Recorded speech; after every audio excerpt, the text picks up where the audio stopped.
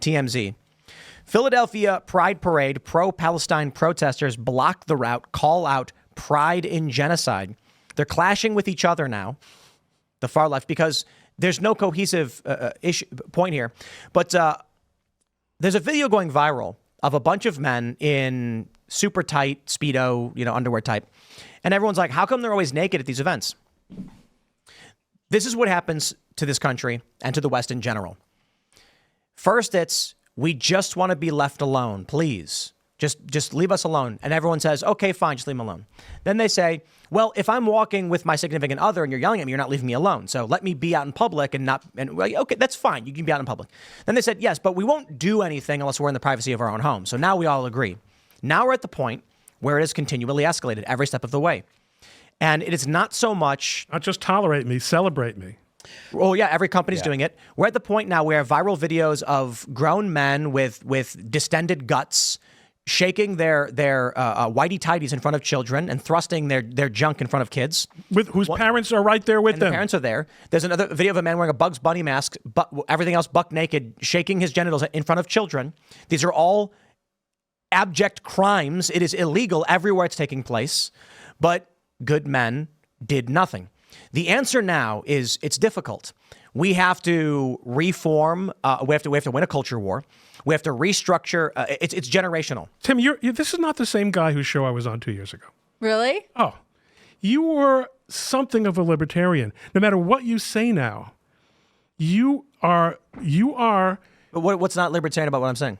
You're acknowledging the existence of public morality that needs to be, not by coercion, by culture.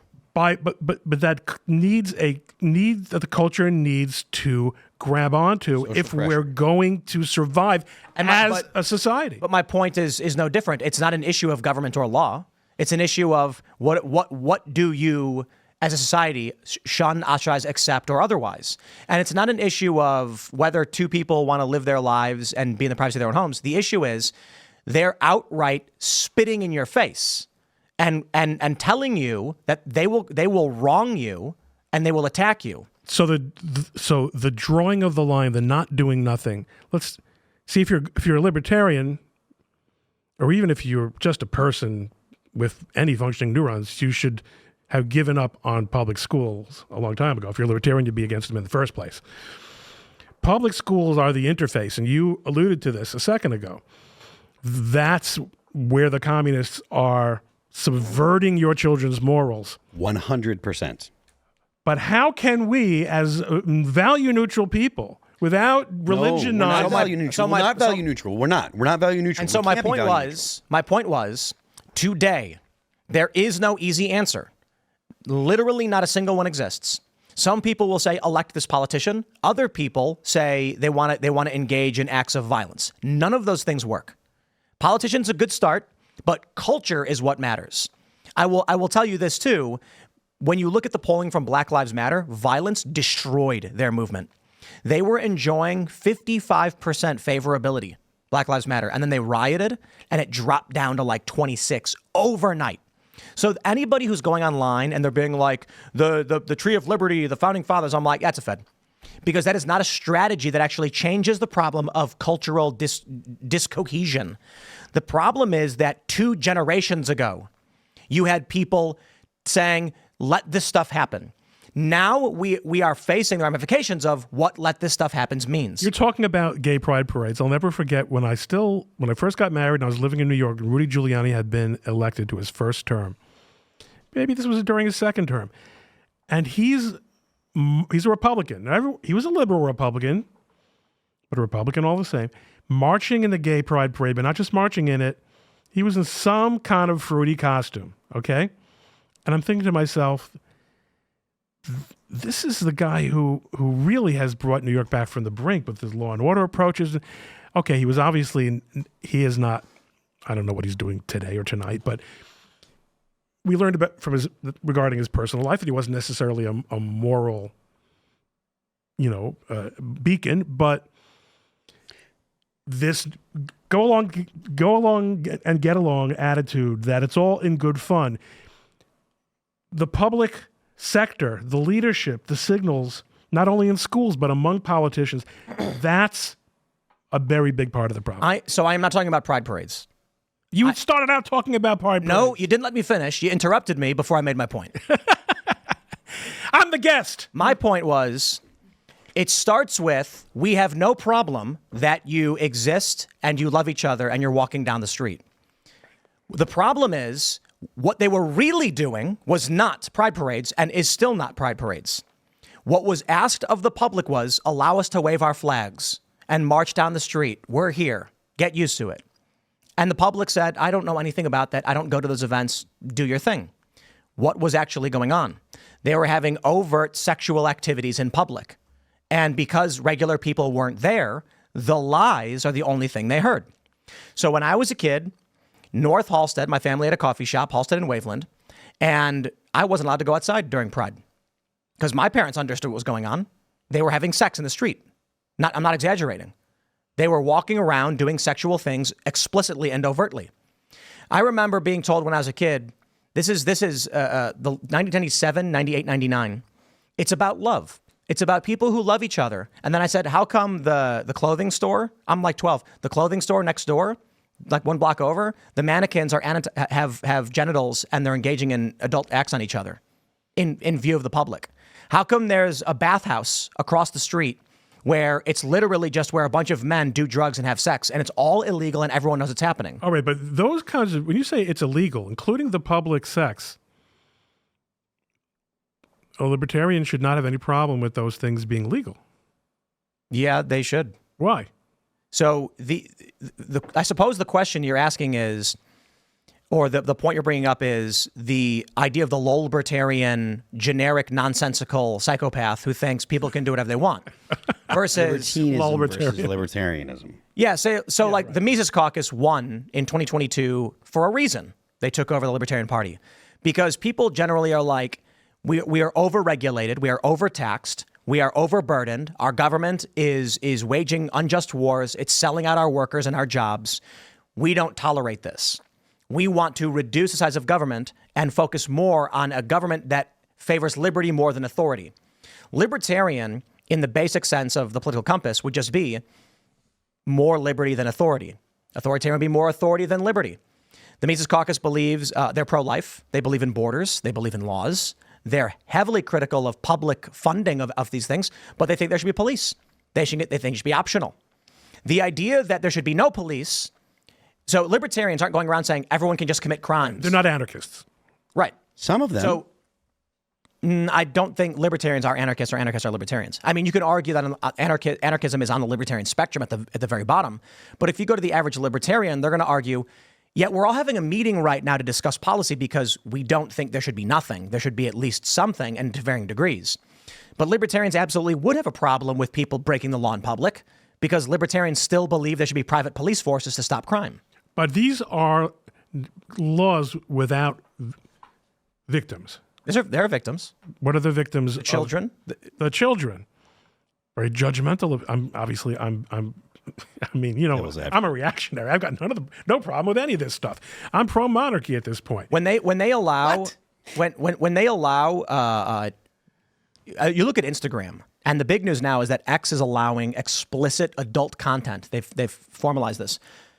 Yet children are victimized, and I can give you the actual hard breakdown. It's not some moral, won't someone think of the children? It is behavioral sync injected into the mind of a child that results in higher rates of depression and self-harm. Confusing, when kids watch things that are challenging for adults to see, snuff films appearing on social media, it damages them mentally, and it can cause, let's just put it simply. We have seen more than enough videos. There's a video going viral right now, and I don't want to single anybody out, of a woman who's on hormones, just screaming into her camera about, and she had gone viral before, about how her life is destroyed, her life is ruined, she has no friends, she can't think, she can't feel anymore, something's wrong with her. And I'm like, when you take these videos, Instagram has bondage, full hardcore bondage videos on Instagram. I can't believe it. Tried recommending this stuff to me, and I'm like, not interested. Do not show me this stuff. Naked women, only covered by the ropes that are squeezing their bodies constricted as they hang from ceilings. On Instagram, children are looking at. When kids see that, it wires their brain in a certain way. And when they get older, they suffer from mental health issues, depressive issues, self-harm. That is a crime against children. Of course it is. And yet we're living in a world in which guidance counselors and school librarians and teachers are sidling up to children and asking them whether they really want to be little boys instead of being little girls. The idea of sex education in schools, like, there is no reason for it. I don't care. I know that this sounds super old-fashioned and stuff. There was an argument about it when I was a kid in school and stuff. The argument was, well, they're not getting this. They're going to learn it in the street. They're going to learn it, and they blah, blah, blah, et cetera. The only way to stop teen pregnancy. Well, I tell you what, now you're chopping boobs off, and it's got to stop. You're chopping off healthy men's penises. It's got to stop. So if that means we have to end schools, if we have to end sex education in school, end it. The issue is that it's not sex education. I had this debate with this lefty friend of mine, and he said, why do you have a problem with sex ed in school? I have no problem with it. You want to get a permission slip? You say, hey, you're in 5th grade. We're going to start doing basic reproductive education. The girls have the girl class, the boys have the boy class. That's not what they're doing. No. They're bringing in books about kink and damaging. Look, I don't want to get too much into it on a show that we try to say these things because people have their kids listening. But let me just say that in one of the books that we've routinely talked about, it explains to children the process of consuming bodily waste, which will kill you. That is not functioning reproduction or sex ed. That is DSM-5 pica telling people that they're going to be titillated from eating diseased waste from their own bodies. And you had that video of the guy in Spain. Everyone saw that. These things cause people to engage in self-harm, and that is a crime. So going back to the main point, when I'm a little kid and I'm walking down the street in North Halstead, they call it Boys Town, where my family had a cafe, and they have a store where the mannequins are engaging in overt sex acts on each other in the window. They are causing harm to people. And fortunately, I have good enough parents who help me explain these things to me. And I ask them, if it's about love, then how come all of it is sex? All of it, 100%.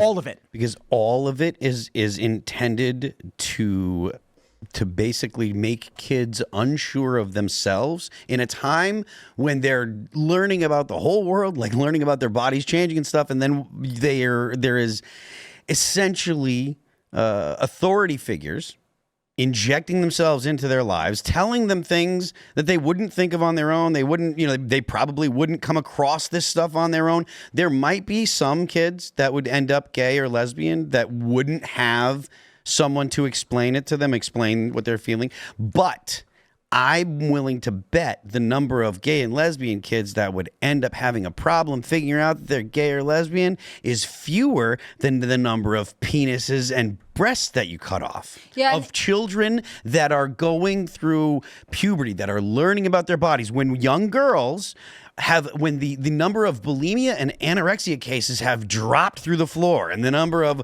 young women that are trans has gone through the roof, there is probably something else going on. Social media. Fair enough. But the idea is that there are people that are ideologically possessed with the LGBT ideology, and they are trying to get to children to make those children into LGBT allies. Back to the first point, which is, at a certain point, the previous generation said, we don't care, we're not involved. And I think the root of that is when they would say to you, don't talk politics, religion, or money at the dinner table. That was always the most insane thing to me. Because I'm a teenager. My family's had the internet ever since I can remember. We had CompuServe on DOS, for those who know what DOS is. We got DOS Shell, talk about an upgrade. Windows 3.1, we had Windows before that, was a bunch of gray boxes. And then we got Windows 95. When that came out, wow, amazing. AOL, we had CompuServe for a while, we even had Web TV. And I'm reading the front page of AOL, I'm reading news when I was 12 or 13. I'm working at my family's coffee shop, there were adults talking politics. And so I'm learning all these things. And then when I would try and talk about the things, I'm 16 and I'm reading the news about war and things like this, Afghanistan. And everyone, all of my friends' family, oh, no, we don't talk politics. No, it's not allowed. That's how they did it. That's a very interesting hypothesis. I think I don't think it's the only factor, but it's a strong root where you need to be involved and understand what's going on in your community. The assumption was that everybody's a liberal. Well, that's not even the issue. The issue is if a guy gets drunk and crashes the car, if a politician got drunk and crashed his car into a building, and you were like, "Did you hear about that alderman?" No, we don't talk politics. Don't do it. Okay, well, that's a different thing then. Right, but the point was, it was always considered rude, and you're not allowed to do it. Jewish people, we talked about politics at every meeting. That's right. Sure. So you go to school, and what's happening? Everything's political. The teachers are indoctrinating your kids. When you go home, the parents were saying, we don't talk politics at the dinner table. Good. Then the only thing the kids are learning is from the crackpots in your school. You're not instilling your values into your children. I don't even think it's that parents say we don't talk politics at the dinner table. I think it's that families don't eat dinner together. I think that we are a broken culture that doesn't have anybody who has a connection. When you talk about these kids, like Phil's talking about kids who are in school counseled, like, oh, well, maybe you could have gender dysphoria by their guidance counselors, right? I was just listening to an interview with someone who was like, talking about being queer and then going to medical school and saying, there was a time where parents would pull kids out of school if someone said that to them. And I know parents who have done that. I mean, the thing is, like, this person who went on medical school was saying, like, oh yeah, well, you know, when I talk to teens, they're saying, like, well, maybe your parents don't understand and maybe we need to make a plan and whatever. And they tell them to hide stuff. Right, it's to divide children from their families, but families aren't doing enough legwork to say, this is where I check in with you every day. I mean, I remember talking about this,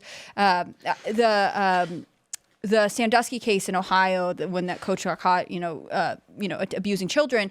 One of the things that always gets me, and maybe I get this wrong, it's been a long time since I talked about the story, but one of the first reports I heard was one of the first young victims to came forward because his mom realized that he had taken a shower after practice. And she said, why is your hair wet? And he was like, oh, well, the coach said I had to take a shower. And she said, there's no reason that you need to take a shower at school. Partially because she was home to see him after school, right? She knew his routine. She knew his habits. They had a relationship where she could say something is off, something's not right. I think that's so fascinating. Like, yeah, maybe your parents don't want to talk about certain things at the dinner table, but there has to be a dinner table for them to discuss anything there. They have to spend time with their children. They can't just park them in after-school programs or in front of the TV and say, well, they'll turn out to have my values. If you're not actively engaging with your children, of course they're being warped by the system that they're in. And especially if you're giving them an iPhone when they're 12. Right. Oh, I think you are rolling the dice on a death sentence, giving your kid access to today's internet. My kids,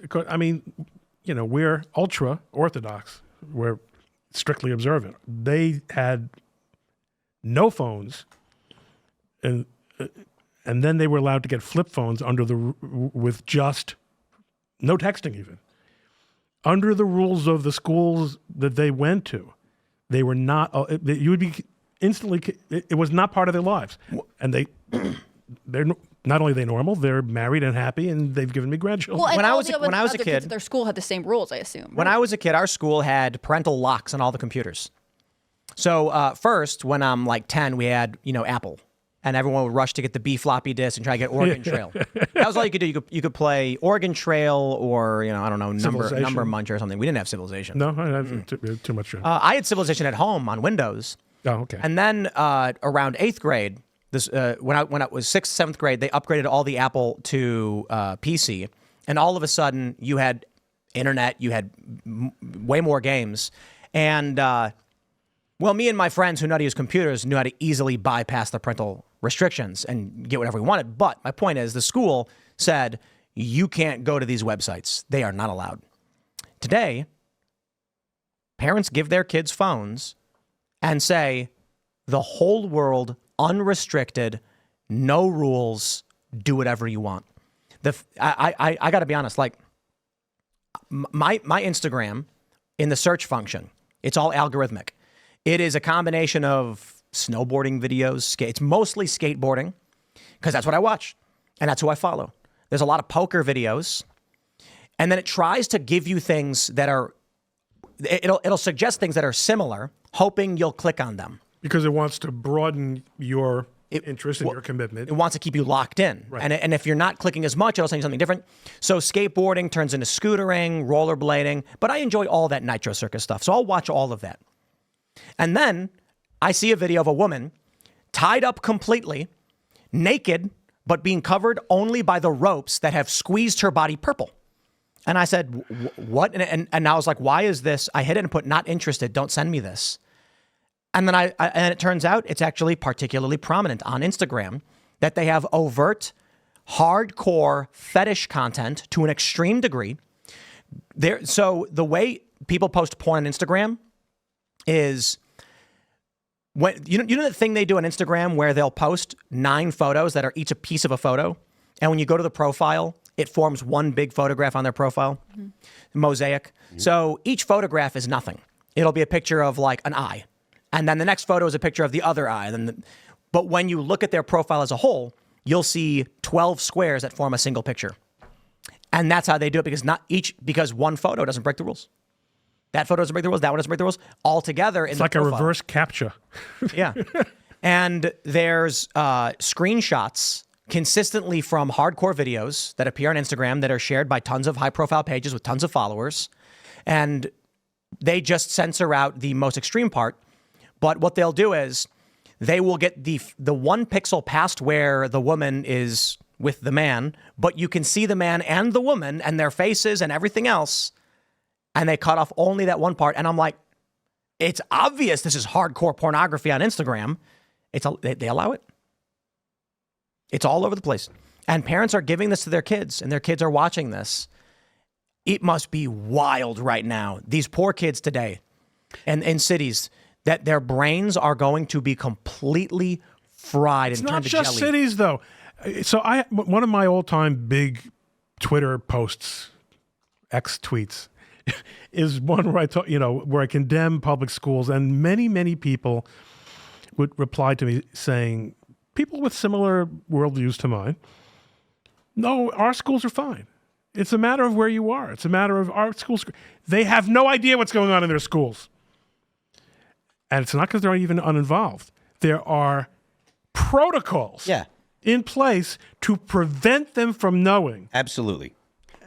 There are protocols in place, and it is intentional, actively trying to separate children from their parents. This is what cults do. They want to separate the people that they're targeting from their family. They want to make a secret connection, secret relationship that they can hide from their parents, and then they want to have a special relationship. This is all cult behavior. This is, I think it's called DARVO is the name that they use, an acronym. I forget what it is. But the point is, cults find a target. It means deflect and reverse victim and offender, I think. Okay, so maybe that's not what it is. It's a love bomb thing they talk about in cults. I think it was deny, attack, reverse victim. There you go. Okay, yeah, that's something different. Love bomb is when so a lot of what we're seeing on social media is love bombing. Mm-hmm. So a good example is I did a funny poll. I put a period because you have to have at least one character, and then I wrote Israel, Palestine. That was the poll. I saw that. There's no context. Nothing. I saw that. Israel got 80%. Palestine got 20%. I have no idea what that means. In the comments, though, you'd think it was reversed because every comment was from people who hated Israel.